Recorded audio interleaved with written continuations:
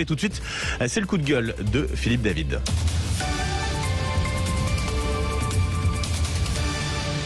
Bonjour Philippe. Bonjour. Bonjour Benjamin et Marilyn, bonjour à tous. Ça fait plaisir de vous entendre le matin. On a plaisir de vous voir. De vous entendre dans les vraies voix de Sud Radio à 17h. Bon voilà, on vous a aussi le matin. Philippe, alors vous allez aujourd'hui nous parler impôts et a priori, comme la météo, le temps se gâte, hein, Philippe. Oui, les amis, Georges Clemenceau disait « La France est un pays extrêmement fertile, on y plante des fonctionnaires et il y pousse des impôts. » Et le moins qu'on puisse dire est que la récolte est excellente, puisque l'estimation du taux de prélèvement obligatoire en France pour 2022 est de 43,5%, plus de 4% au-dessus de la moyenne de la zone euro, et que les choses risquent de ne pas s'arranger. Ça veut dire que les impôts vont encore augmenter, hein. Oui, mais c'est logique, et c'était à prévoir, car le fameux « quoi qu'il en coûte » a un coût, et qu'il va falloir le payer. Depuis l'arrivée d'Emmanuel Macron au pouvoir, la dette a explosé avec environ 680 milliards d'euros de plus en 5 ans.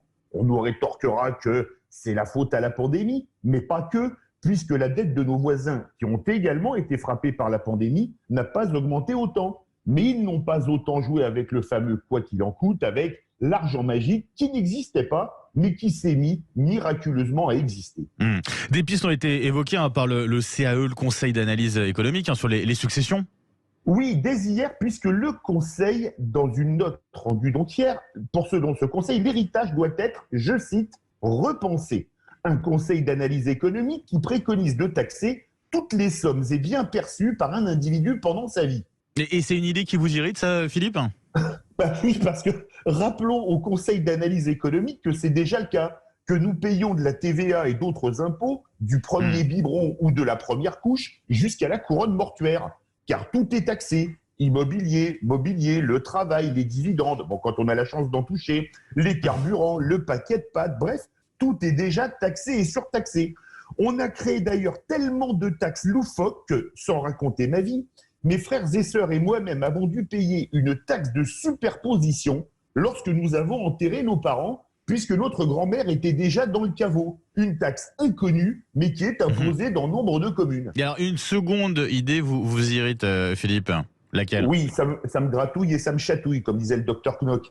Car les experts du CAE affirment que, je cite, « l'héritage redevient un facteur déterminant dans la constitution du patrimoine en France, portant en lui le risque d'un dérèglement profond de l'égalité des chances, d'où la nécessité d'une réforme en profondeur de sa taxation. » Pourtant, je le rappelle, tout est déjà taxé et les Français qui ont travaillé toute une vie pour se bâtir un patrimoine en étant plus fourmis que cigales ont construit ce patrimoine en espérant le laisser à leurs enfants pour que ceux-ci le fassent fructifier et le laissent à leurs petits-enfants et ainsi de suite.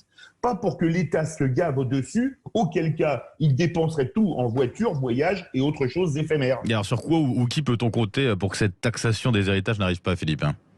On peut compter sur le fait que le président de la République tienne pour une fois sa parole, même si on sait que c'est compliqué.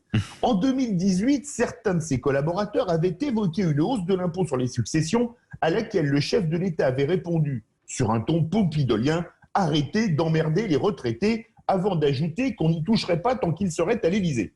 Alors il va falloir quand même payer cette dette. Oui, mais ça se passera bien évidemment après les élections. Et il faut se préparer à une hausse massive des divers impôts et taxes sur l'héritage ou sur autre chose. Comme disait le titre d'un film culte de Bertrand Blier, « Préparez vos mouchoirs ».